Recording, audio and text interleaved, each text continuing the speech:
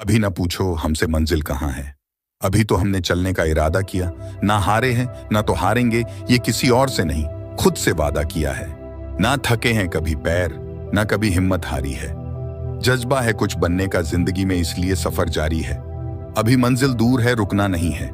मुश्किलें 1000 बार आएगी मगर आपको झुकना नहीं है। जिंदगी से यही सीखा है, मेहनत करो रुकना नहीं। हालत कैसे भी हो किसी के सामने झुकना नहीं। सपनों को अपनी सांसों में रखो, मंजिल को अपनी बाहों में रखो।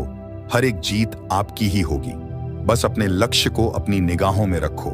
जिंदगी में आप कितनी बार हारे ये कोई मायने नहीं रखता, क्योंकि आप जीतने के लिए पैदा हैं। हर नई शुरुआत थोड़ा डराती है, पर याद रखना सफलता मुश्किलों के पार ही नजर आती है। जिंदगी अगर खेल है तो इसे जीतने का बस एक तरीका है, वो है कड़ी मेहनत। सामने हो मंजिल तो रास्ते ना मोड़ना, जो भी हो मन में वह सपने मत तोड़ना।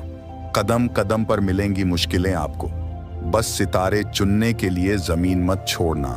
हार नहीं मानेंगे, बस यही बात दिल में अड़ी है। जीतने के लिए हारना भी जरूरी है, मगर हार मानने से बेहतर कोशिश करते रहना सीखो। आलस तो इंसान को मुंह भी नहीं धोने देता है।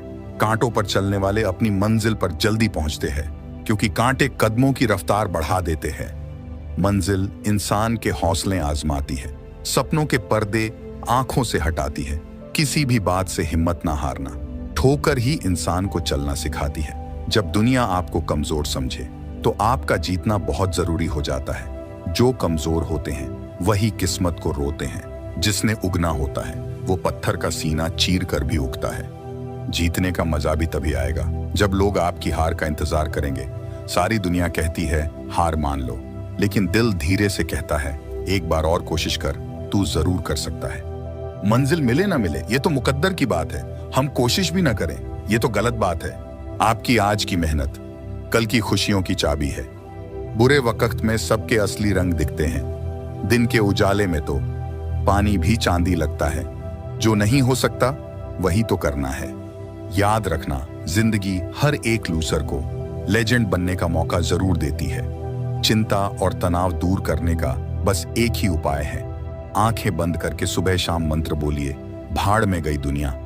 जिंदगी में कभी भी हार मत मानो, अगला मौका जरूर आता है।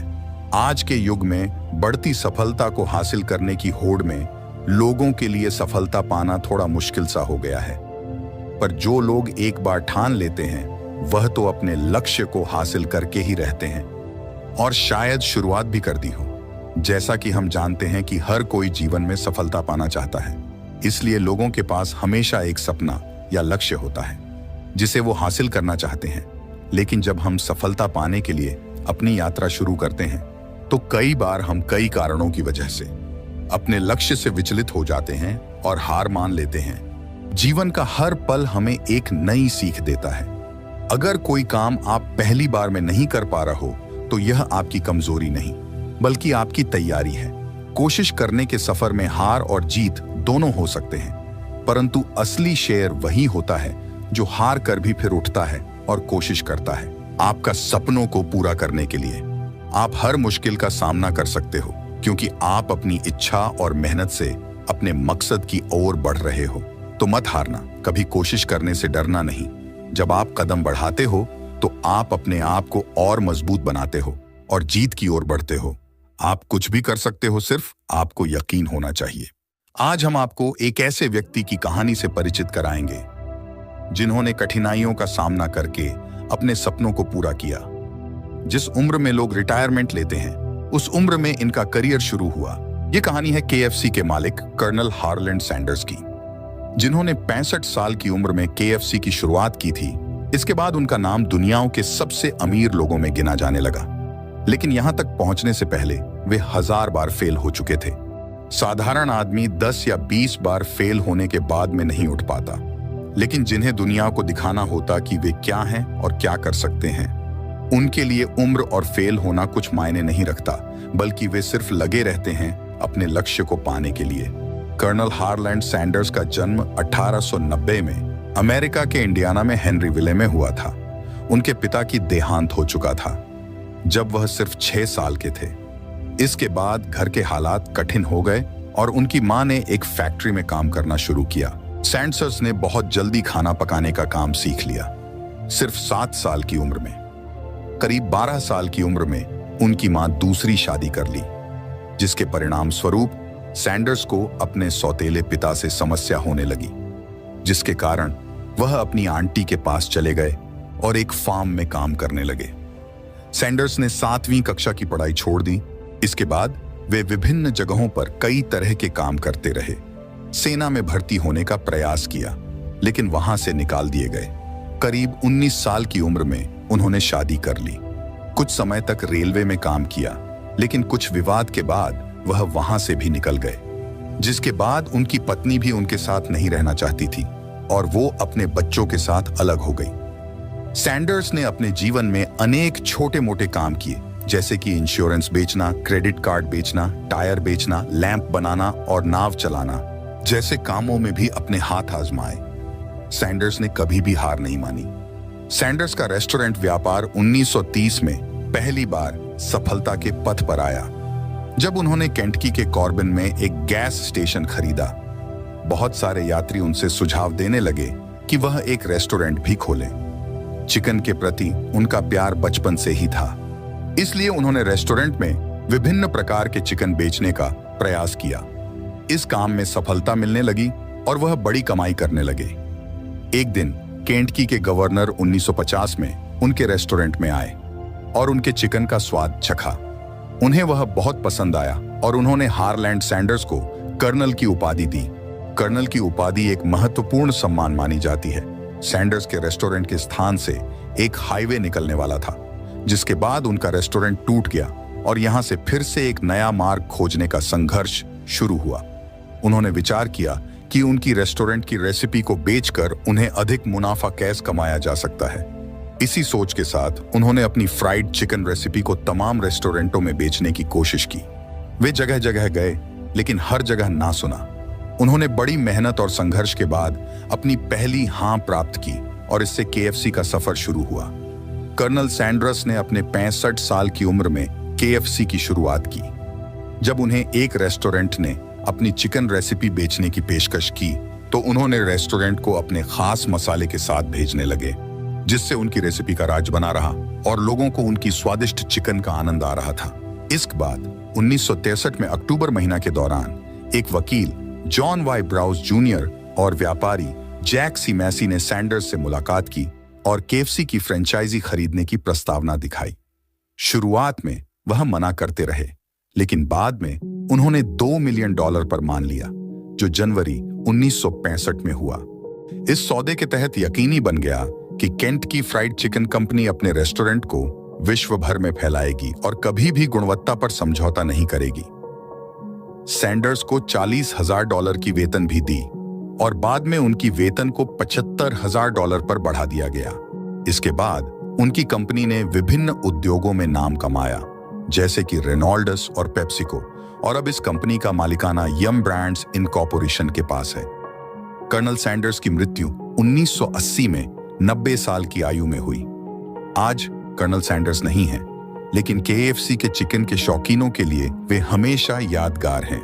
आजकल केएफसी 150 से अधिक देशों में 22,000 से अधिक स्टोर्स में मौजूद है।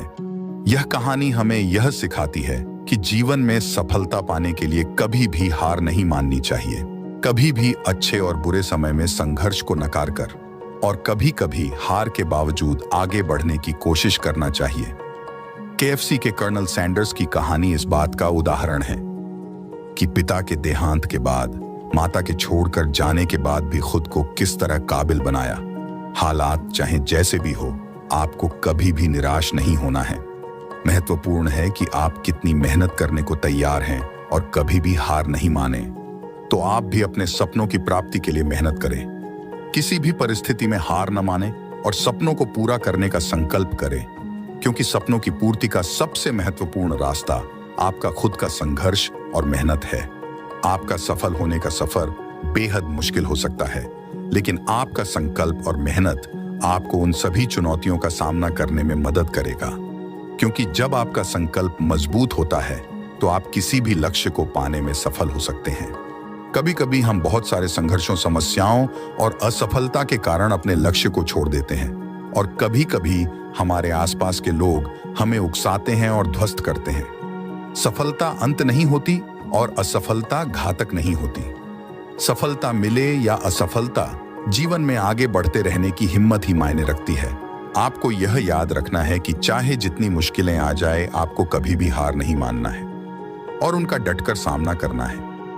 जीवन में सफलता उसी को मिलती है जिसने मुसीबतों का सामना किया है, क्योंकि जीवन एक संघर्ष है एवं इसका सामना प्रत्येक व्यक्ति को करना होता है।